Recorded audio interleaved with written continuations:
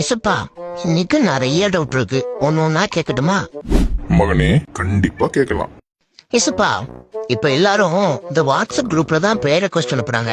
அது எல்லாத்தையும் நீங்க பாக்குறீங்களா? நானும் அதே குரூப்ல இருக்கேன். ஆனா டைரக்ட் மெசேஜ்ல தான் நெருக்கம் அதிகமா இருக்கும். ஏசப்பா, அன்னைக்கு காயின் அவரோட தம்பி ஆபேல கொன்னுட்டாரு. ஆனா இப்போ அண்ணன் தம்பி எல்லாம் பப்ஜில தான் அடிச்சுக்கிறாங்க. இது சரியா ஏசப்பா?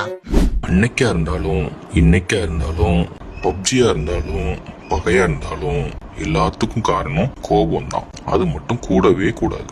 சரி ஏசப்பா, நீங்க இந்த போட்ல இருந்துட்டே காற்றையும் புயலையும் அமைதியா இருன்னு சொல்லி அடக்கிட்டீங்க. ஆனா இப்ப எங்க லைஃப்ல அடிக்க புயலை கட்டுப்படுத்தவே முடியல ஏசப்பா. மகனே, என்னால எந்த ஒரு புயலையும் ஈஸியா கட்டுப்படுத்த முடியும்.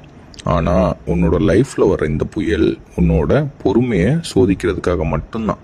அதனால பயப்படாம பொறுமையா என்னோட பேரை சொல்லி அந்த புயலை கட்டுப்படுத்து. வா வா வா. நன்றி ஏசப்பா.